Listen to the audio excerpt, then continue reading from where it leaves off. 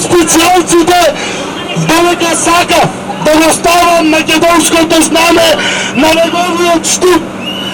Дечкото што се нарекува специалец и што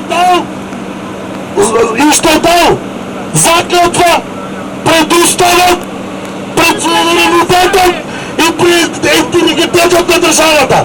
Истиот тој господин овде го ускина знамето, не го поглаше знамето.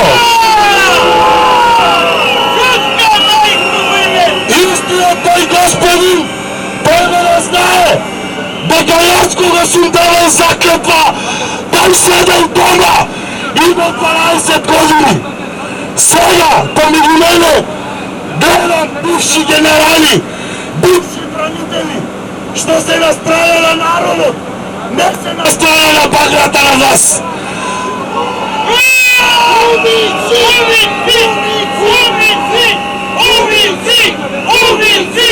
Убийци! Убийци! Убийци! Убийци! Убийци! Убийци! Убийци!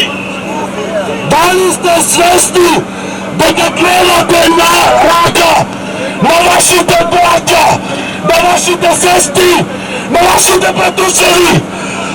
Познани настави, што има оцет, мојот братичен, некого не малам, не вас ли не малам. Сум се борил, сум имал против кого да се борам. Ја бранев државата. Вие од кого ја браните државата? Вие ја браните од криминалци!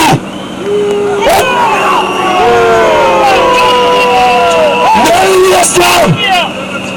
Пред кого дадохте заклетва? Или се уште не сте стигнали да работили тия 5000 евро што ги дадохте кај Чавков за да ме прими? Не ли ви е срам? Не ли ви е срам? Мало некој ми убија! Срамота! Сгрозете се од униформата што ја носите! Не ја заслужувате вие униформата! Идеш дома, што ќе му кажеш на син ти? Сине, денес удрив човек у количка и му го скинав знамето! Браво ти си, Шиси! Браво! Убийци! Убийци! Убийци! Убийци! Убийци! Чавково хан! Чавково хан! Ке дојдете од оваа страна да бидете на многу бргу! Многу! А ти ги замолам вашиот кој старешина одговорен да дојде овде да му го покажам кој е тој од вас што го искина знамето и што му удри. Дека дојде веднаш командниот старешина или лидер на тим. Кој го имате веднаш да дојде овде. Затоа што вие не почитувате ништо. Вие не почитувате закон. Вие не почитувате устав. Вие браните криминалци. Вие браните убийци. Убийци! Убийци! Убийци!